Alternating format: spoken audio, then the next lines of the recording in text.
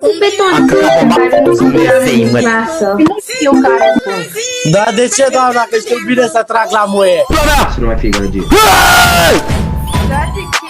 Aș dori și o pizza mare, la post. Și vreau un sos de la... Îți dă bună cu condiție cu tot. Toți bărbații de acolo de lucrează în bucătărie. Nu mai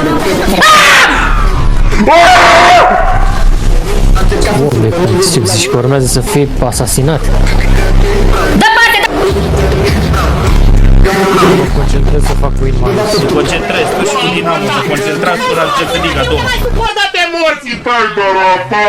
Nu înțelege nimeni asta.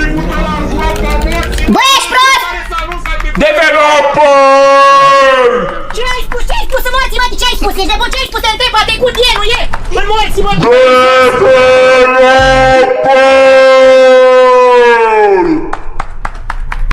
Ce se întâmplă, bă? Ce jocuri? Doamne, doamne, iară, da, bă, ia, bă, după pământul ăsta am făcut totul perfect. Îmi vine să spun acum niște cuvinte urâte. Bă, urâte, urâte. Bă, ce zici că e făcut de mine jocul ăsta? Dă-ți pe cutia asta măcar,